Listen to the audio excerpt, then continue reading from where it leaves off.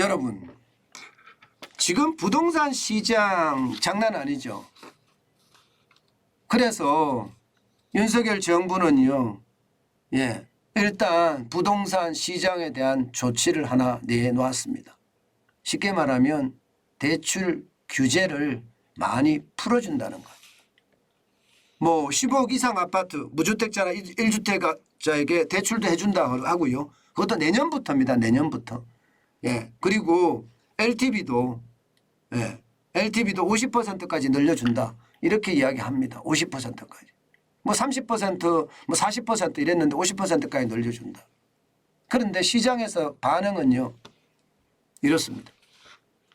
그 정도 규제 완화로는 꿈쩍도 안 한다. 대출 이자가 너무 세서 그런지 문의 전화 한 통 없다.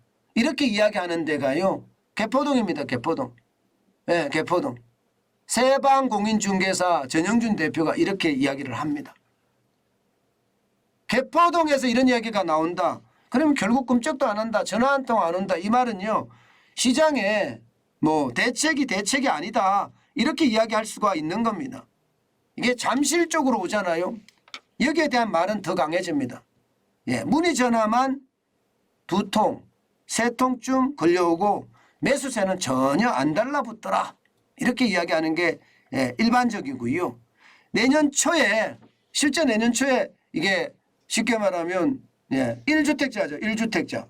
15억 초과 주담대 허용. 이게 이제 제가 15억 넘어가니까 저도 내년 초 가면 금리가 비싸면 못하지만 싸면 좀 빌려볼 생각이거든요.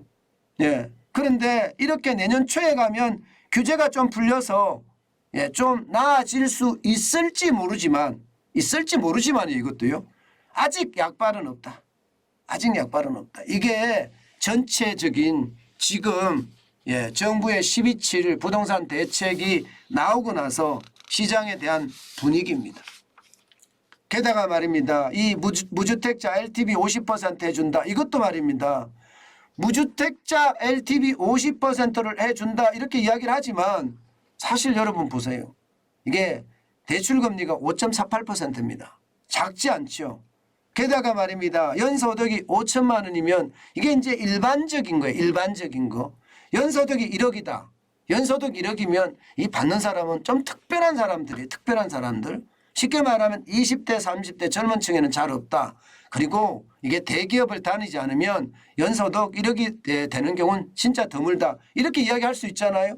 그러면 5천만 원에서 좀 적게는 한 7, 8천 된다고 쳐요. 그러면 대출이 LTV가 50%로 늘어난다고 하더라도요. 얼마 안 늘어납니다. 얼마 안 납니다. 현재 2억 9,400에서 늘어나봤자 2억 9,400. 그야 제로라는 거예요. 그러나 뭐 5천만 원일 땐 이럴 거고요. 6천만 원일 때 조금 늘어나겠죠.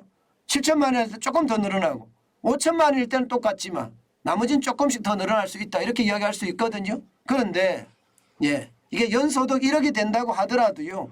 이게 더 늘어나는 숫자는 1억 2천만 원 정도 수준입니다. 1억 2천만 원 수준.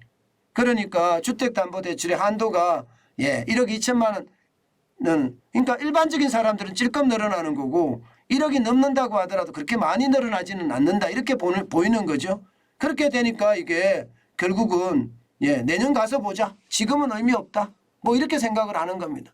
게다가 이게 그나마 시장에서 조금 먹히는 것은 중도금 대출 보정 확대입니다. 여기에 대해서는요. 시장에서 이거 좀 나아졌어. 9억 이하까지 분양가에 대한 중도금 대출을 해줬는데 12억까지 해준대. 이러니까 시장에서는요. 조금 나아졌어요. 게다가 여러분 지금 단군 이래 사상 최대의 어떤 공사라고 이야기하는 둔촌 주공아파트 소형 면적 여기는 가능해졌습니다. 중도금이 가능해졌어요. 그나마 다행이라고 이야기할 수가 있는 거죠. 그나마 이거는 시장에 대해서 좀 먹히고 있다. 이렇게 이야기를 하고요. 게다가 청약 당첨자 기준에서 주택 처분기한 연장을 해준 거 이것도 뭐 시장에 대해서는 그냥 떨떠름합니다. 기존 6개월에서 2년으로 연장을 해줬지만 뭐 지금 당장 당첨되고 나서 그 집으로 들어가야 되는 사람들 입장에서는 굉장히 위험하다 이렇게 생각을 할 수가 있겠지만 말입니다. 아니 당장 내가 돈이 없으니까 그 집 들어갈 수가 없거든. 대출을 받아야 되는데 대출을 안 해주니까. 그러니까 기간을 늘려주니까 약간 여유는 가질 수 있지만 전체적으로는 시장의 분위기를 이게 좌지우지할 수 있는 정도는 아니다. 이렇게 이야기들을 합니다. 결국 말입니다.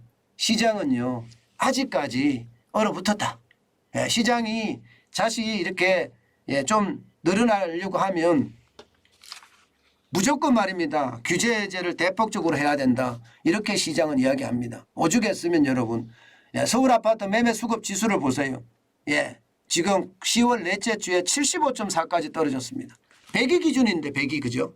100이 됐을 때 매도자가 동일하다고 보는데 지금 75.4면 이게 매수자는요 75.4로 뚝 떨어졌다는 거예요. 뚝 떨어졌다는. 그러면 공급은 그대로인데 이게 쉽게 말하면 살 사람이 줄어들면 가격 떨어지겠죠. 당분간 가격이 떨어진다는 이야기예요. 결국이요.